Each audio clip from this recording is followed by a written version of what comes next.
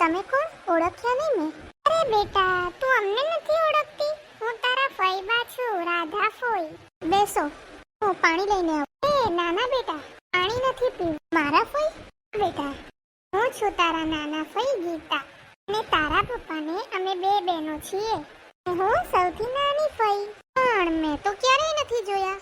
લાગે છે કે આ છોકરીને તો પાંથીએ તેલ નાખવું પડશે. અમે બંને તારા પપ્પાની બહેનો છીએ, એટલે કે તારી ફઈઓ. તો પછી હું તમને લોકોને કેમ નથી ઓળખતી? મને તો એવું લાગે છે કે મેં તો તમને આજે પહેલી વાર જોયા છે. અરે બેટા, લાગે જ ને. તારા પપ્પા ગુજરી ગયા ને 10 વર્ષ થઈ ગયા. ને ત્યારે આપણે મળ્યા હતા. ને હા, એ સમય તો તું હાવ નાની હતી.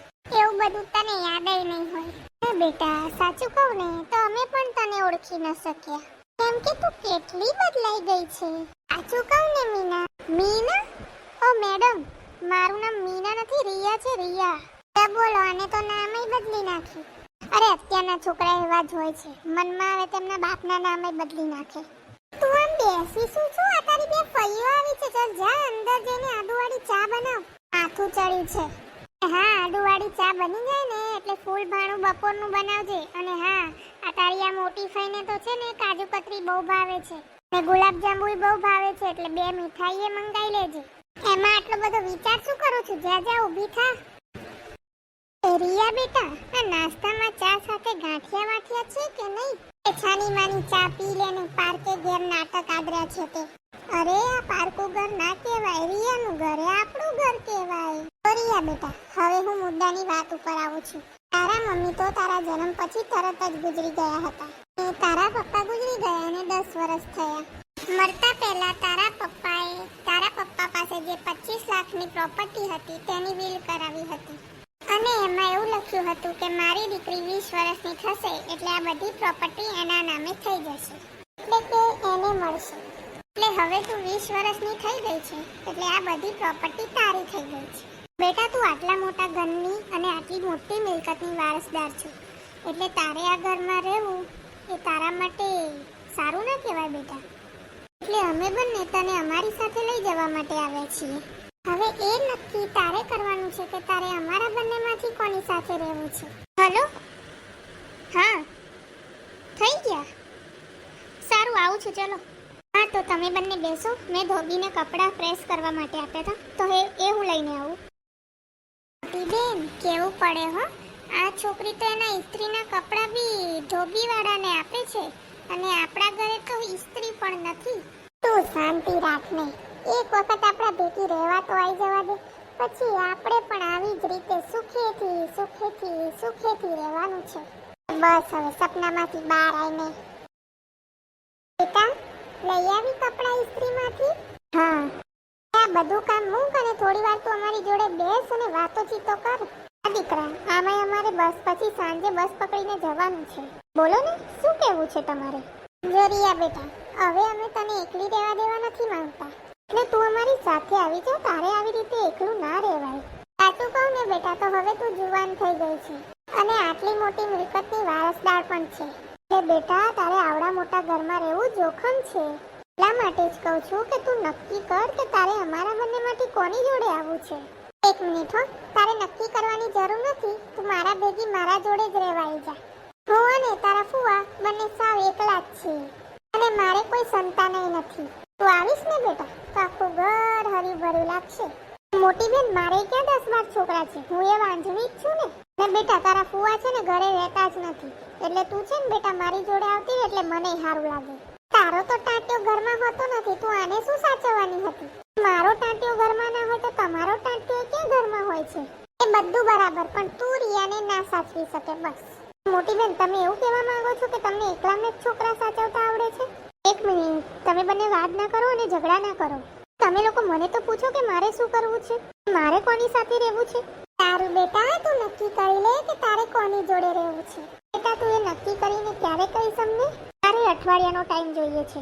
અઠવાડિયા પછી તમને લોકોને જણાવી દઈશ કે મારે શું કરવું છે અને કોની જોડે રહેવું છે. તમે બંને મને તમારો ફોન નંબર લખાવતા જજો. એટલે મારો નંબર એ નહીં તારી જોડે? ક્યાંથી હોય એની જોડે? આપણે કોઈ દિવસ એને નંબર આપ્યો છે? તો જા, એક કામ કર, તાડો 4 થયો છે, અંદર જા, મસ્ત લીંબુ શરબત બનાય એટલે અમે પીને નીકળીએ. હા, સારું. તું શું નવરી બોલ બોલ કરતી? તમે શું કરતા હતા? પપ્પા, તમે અત્યારે હયાત હોત ને તો બહુ સારું હતું. બંને ભાઈઓ જેને હું ઓળખતી પણ નથી, એ લોકો ઘરમાં આવીને મારા ઉપર હક જતાવે છે. કે છે તું મારી સાથે રહેજે, તો બીજી કે છે તું મારી સાથે રહેજે. હે ભગવાન, મને યાદ આવ્યું કે મારે આજે એમને ફોન કરવાનો છે. મને તો ખબર જ નથી પડતી કે હું બંનેને શું જવાબ આપીશ અને કોની સાથે રહીશ. પણ મને એટલી તો ખબર પડી જ ગઈ કે આ દુનિયા અને લોકો બહુ સ્વાર્થી હોય છે. 10 વર્ષની છોકરીને જ્યારે એના મા બાપ ગુજરી ગયા ત્યારે એકલી મૂકીને જતા રહ્યા. કોઈ સગાવાળું સાથે રાખવા તૈયાર નહોતું. અને જ્યારે ખબર પડી કે દીકરી મોટી થઈ ગઈ છે, જવાન થઈ ગઈ છે, અને આટલી મોટી મિલકતની વારસદાર છે, તો બધાય સંબંધીઓ આવી ગયા. બેટા તું અમારી સાથે રહેજે, બેટા તું અમારી સાથે રહેજે. એટલા માટે કે આ મિલકતની લાલચમાં એક દીકરીને અપનાવવા પણ તૈયાર થઈ ગયા. હે ભગવાન, તે કેવા કેવા લોકો બનાવ્યા છે. સારું ચલો, હું પેલી બંને ફોઈઓને ફોન કરી દઉં છું. કાશ પપ્પા તમે અત્યારે મારી સાથે હોત.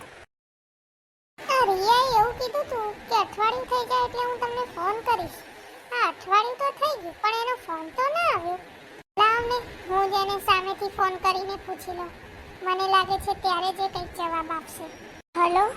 હા હલો રિયા બેટા, હું તારી રાધા ફઈ બોલું છું. હા ફઈ બોલો ને. કેમ છે બેટા, મજામાં ને? હા બસ એકદમ મજામાં. બેટા તે ઓલી વાતનું શું વિચાર્યું? કઈ વાતનું? મેં તને કીધું તું ને કે તારે અમારી સાથે રહેવાનું છે, તો તે નક્કી કર્યું કે તારે કોની સાથે રહેવું છે? ભાઈ હજુ મેં એના વિશે કંઈ વિચાર્યું નથી. બેટા તારાથી એકલું ના રહેવાય. હવે તું જુવાન થઈ ગઈ છે. ના કરે નારાયણ ને કાલે ઉઠીને તને કંઈક થઈ જાય તો? ભાઈ મને તો એ નથી સમજાતું કે તમને મારી આટલી બધી ચિંતા કેમ થાય છે? ચિંતા તો થાય જ ને બેટા, ગમે તેમ તો તું મારા ભાઈની દીકરી છું. ભાઈ તમારા ભાઈ 10 વર્ષ પહેલા ગુજરી ગયા, ત્યારે તમારી ભાણી 10 વર્ષની હતી, ત્યારે તમને ચિંતા ના થઈ કે મારી નાની ભાણી કેવી રીતે એકલી રહેશે? બેટા એ સમયે મારી પરિસ્થિતિ એટલી સારી નથી કે હું તને મારા ઘરે રાખી શકું અને તને સાચવી શકું. એટલે હવે અત્યારે તમારા ઘરની પરિસ્થિતિ સારી થઈ ગઈ એમ? ના રે ના, જે જેવું છે એમનું એમ જ છે બેટા. પણ અત્યારે તું જવાન થઈ ગઈ છું એટલે તને એકલી ત્યાં કેમ નહીં રહેવા દેવી, બસ એટલે. હું જવાન થઈ ગઈ છું એટલે નહીં, પણ હું મારા પપ્પાની મિલકતની એકની એક વારસદાર છું ને, એટલે તમે મને લઈ જવા માંગો છો. ના ના રિયા બેટા, એવું કંઈ નથી. ફોન મૂકો હવે, હું કંઈ તમારા જેવી નવરી નથી, મારે ઘણા કામ છે. એ ફઈ પણ છે ને એક નંબરની મતલબી છે, શું સમજે છે પોતાના મનમાં. લો આ બીજા ફોઈનો પણ ફોન આવી ગયો. રિયા બેટા શું કરે છે મારી દીકરી? બસ મજામાં છું, બોલો શું કામ હતું? બેટા શું વિચાર્યું? તું કોની સાથે રહેવા માંગે છે? એ કંઈ વિચાર્યું નથી. તો બેટા તું જલ્દી વિચારીને જલ્દી અમારા ભેગી આવી જા. તું હવે જુવાન થઈ ગઈ છે, આવી રીતે એકલું ના રહેવાય. હા હો, હું વિચારીને પછી ફોન કરીશ હો. તું મારું મન ને તો મારા ભેગી જ રહેવા આવતી રહે. આ રાધા તારું ધ્યાન નહીં રાખી શકે, એ પોતાનું ધ્યાન નહીં રાખી શકતી, તે એનું તારું શું ધ્યાન રાખવાની હતી? તારું હવે ફોન મૂકો, મારે ઘણું કામ છે. તો બેટા હું તને ક્યારે ફોન કરું? ફ્રી થઈ જઈશ ને એટલે હું સામેથી ફોન કરી લઈશ બસ. હા ફઈ પણ મતલબ જ છે, નહીં તો 10 વર્ષ પહેલા કોઈ મારું ભાવે નતું પૂછતું. ક્યાં હશે મારી ભત્રીજી, શું કરતી હશે, કોની ભેગી રહેતી હશે? અરે બેટા કેમ છે તું? તે અમને ફોનમાં એવો જવાબ આપ્યો કે તારે કોઈના જોડે નથી રહેવું. પછી જો અમારે અહીંયા આવવું પડ્યું. બેટા તું નક્કી કરી લે કે તારે કોના જોડે રહેવું છે. બેટા તું મારા ઘરે આવતી રહે, મારા ઘરે તને મજા આવશે. કેમ બેન, મારા ઘરે કબાડખાનું છે, તે મારા ઘરે નહીં આવે? તું શાંતિ રાખો બેટા, તું મારા ઘરે મારા જોડે જ ચાલ, તને ત્યાં વધારે મજા આવશે. નાના મોટી બેન, દીકરા તું મારા ઘરે રહેવા આવતી રહે. અરે શાંતિ રાખને, બસ મારે કોઈના ઘરે નથી જવું. પણ બેટા તું કેમ આવું બોલે છે? કેમ અમારી સાથે અમારા ઘરે આવવા નથી માંગતી? કારણ કે જે તમે લોકો મને સમજો છો ને એ હું નથી. એટલે તું કહેવા શું માંગે છે? એટલે એ જ કે હું તમારા ભાઈની દીકરી નથી. તું અમારા ભાઈની દીકરી નથી? હું કઈ તમારા ભાઈની દીકરી મીના નથી. તમારી ભાઈની દીકરી મીના તો 2 વર્ષ પહેલા લગ્ન કરીને ક્યારની જતી રહી અને આ ઘર મને ભાડે આપ્યું છે. પહેલા દિવસે હું એટલા માટે ના બોલી કારણ કે હું તમારા બંનેના નાટક જોવા માંગતી હતી. મને તો એ નથી સમજાતું કે જ્યારે તમારા ભાઈ ગુજરી ગયા ત્યારે તમે પેલી છોકરી 10 વર્ષની હતી ત્યારે તમે એને ના અપનાવી. એની જરાય તમને ચિંતા પણ ના થાય કે બિચારી ક્યાં જશે, શું કરશે, કોના ભેગી રહેશે, શું ખાશે. અત્યારે મીના આ મકાનની વારસદાર બની ગઈ એટલે તમે બંને દોડીને આવતા રહ્યા.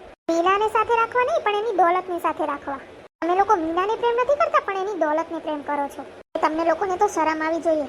નીકળી પડ્યા છો તે. ચલો નીકળો અહીંયા મારા ઘરમાંથી. હા આજ પછી ક્યારેય આ ઘરમાં પગ પણ ના મૂકતા. ને મારે તમારા બંનેના ડાચા પણ નથી જોવા. પણ એ બોલવાની જરૂર નથી. અને હા, મીરા જ્યાં પણ છે ને ત્યાં બહુ સુખી છે. નંબર માંગવાની તો કોશિશ પણ ન કરતા તમે બંને. ચલો નીકળો મારા ઘરમાંથી. આવી ગયા મોટા ઉપાડે. ચલો જાઓ. જોયું ને તમે કે આ દુનિયામાં કેટલા સ્વાર્થી લોકો હોય છે. લોકો સંતાનોને નહીં પણ એમની દોલતને પ્રેમ કરે છે.